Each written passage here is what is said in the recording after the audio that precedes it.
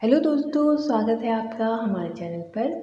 आज की वीडियो में हम कम्युनिटी यानी समुदाय का अर्थ और उसकी परिभाषाएं, आवश्यक तत्व एवं उसकी विशेषताओं पर चर्चा करेंगे। तो चलिए फ्रेंड्स, शुरू करते हैं आज की हमारी वीडियो। समुदाय शब्द की उत्पत्ति अंग्रेजी भाषा से हुई है। इसे अंग्रेजी में कम्युनिटी कहते हैं। इस शब्द का निर्माण दो शब्दों से मिलकर हुआ है, कौम और मुनीस। कौम का अर्थ है एक साथ, टुगेदर, तथा मुनीस का अर्थ है सेवा करना।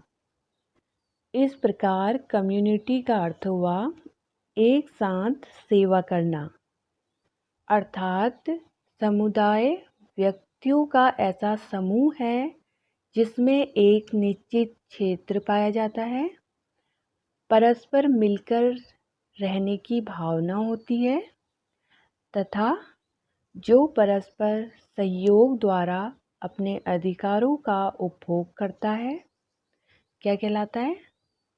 समुदाय कहलाता है। प्रत्येक समुदाय का एक नाम होता है तथा समूह के सभी सदस्यों में मनोवैज्ञानिक लगाव और हम की भावना पाई जाती है। इनकी कुछ परिभाषाएं देख लेते हैं।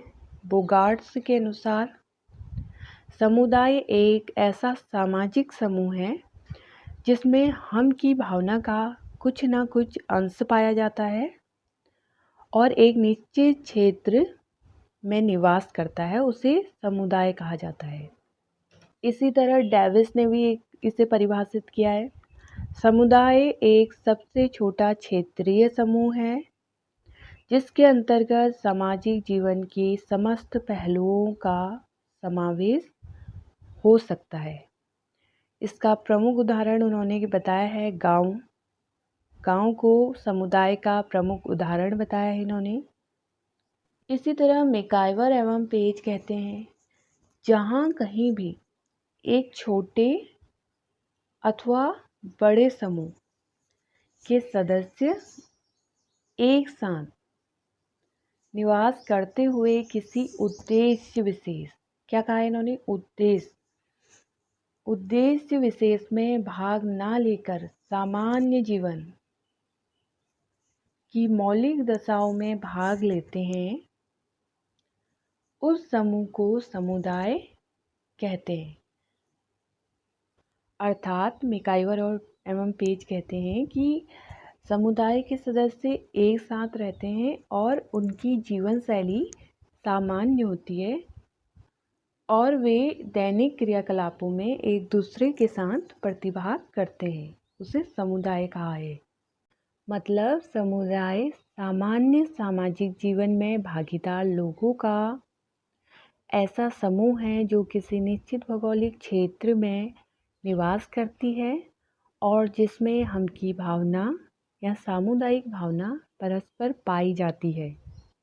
इसके आवश्यक तत्वों में 3 तत्व बताए हैं। पहला है व्यक्तियों का समूह, दूसरा है निश्चित भौगोलिक क्षेत्र और तीसरा है सामुदायिक भावना। समुदाय के प्रमुख प्रकार ग्राम, कस्बा, नगर, राष्ट्र, जनजातीय समूह आदि हैं। समुदाय की कुछ प्रमुख विशेषताएं हैं, जिसमें पहला है व्यक्तियों का समूह। समुदाय व्यक्तियों का एक समूह है जिसमें व्यक्तियों के एक साथ एकत्रित होने से ही समुदाय का निर्माण होता है।